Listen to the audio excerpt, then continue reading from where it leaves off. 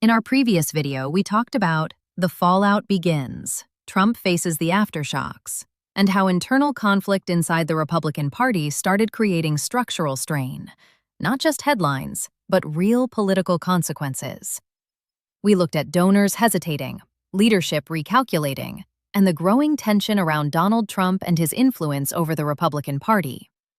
But today, we move to the most important question of all. How are voters reacting? Because when parties fight, voters decide. Today's topic: voters react to the GOP civil war. New anger, new alliances. And what's happening right now may be even more consequential than the internal battle itself. What happens when voters get tired of the fight? When loyalty turns into frustration? When anger shifts direction? Are Republican voters rallying behind Trump harder than ever? Or are some quietly drifting away? Could this internal conflict actually create unexpected alliances? And is this the moment independent voters begin redefining the next election? Stay with me, because by the end of this video, you'll understand why voter reaction may be the single biggest variable in American politics right now. Here's something campaigns often forget. Voters don't live inside strategy memos. They don't track internal committee disputes. They react emotionally first, analytically second. And when voters see headlines about party infighting, they don't think, this is a structural, ideological debate. They think, why are they fighting instead of governing?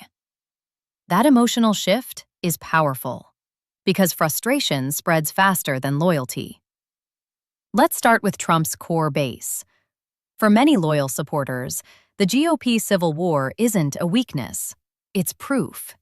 Proof that Trump is still fighting the establishment.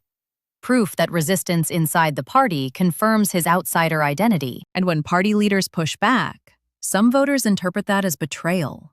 So instead of weakening support, the conflict can intensify it. History shows that political bases often grow stronger when they feel under siege. But here's the catch. Intensity doesn't automatically equal expansion. You can energize 30% of the electorate and still struggle to win broader coalitions. That's where the real story begins. Now let's talk about the voters who don't attend rallies. The suburban moderates, the independents, the swing voters. These voters react differently. They don't see a heroic fight. They see instability. And instability creates uncertainty. In previous elections, independent voters have shifted late, sometimes dramatically, when they sense chaos outweighing direction. The key question is this GOP conflict perceived as strength or dysfunction? Right now, polling trends in various battleground regions suggest that internal party division makes some moderates cautious. Not hostile, cautious.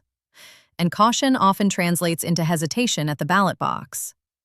Imagine a suburban family sitting at dinner. One parent voted Republican consistently for years. The other leans independent. They're not watching cable news all day.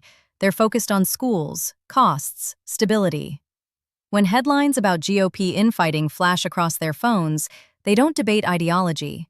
They ask, is this helping anything? That quiet skepticism doesn't trend on social media, but it matters more than viral outrage. Elections are often decided in rooms like that, not on stages. Political civil wars don't just create anger, they create opportunity. Some moderate Republicans may start aligning more openly with bipartisan coalitions. Some independents may temporarily lean toward stability messaging from the Democratic Party.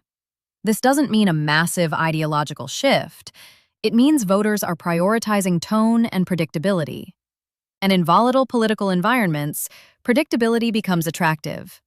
New alliances aren't always formal. Sometimes they're simply strategic voting decisions. For Trump, the risk isn't losing loyal supporters. It's losing the voters who don't like conflict. The voters who decide elections in swing states. Trump's brand has always thrived on confrontation, but the political climate shifts over time.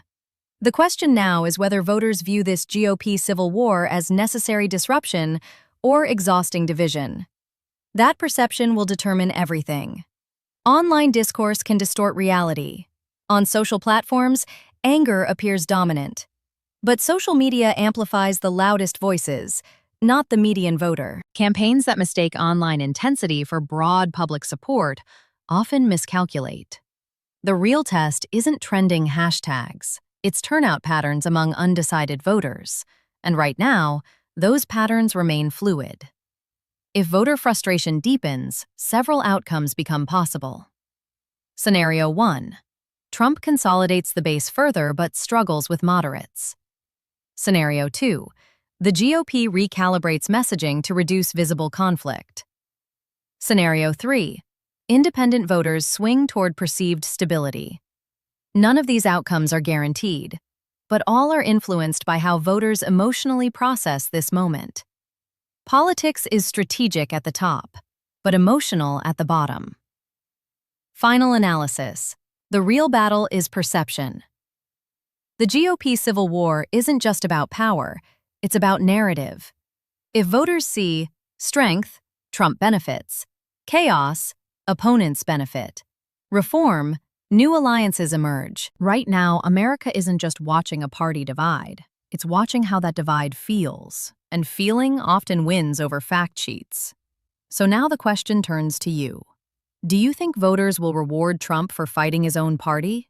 Or will frustration push moderates and independents toward new alliances? Is this civil war strengthening the base, or reshaping the coalition entirely? What's your opinion on this? Share your thoughts in the comments below.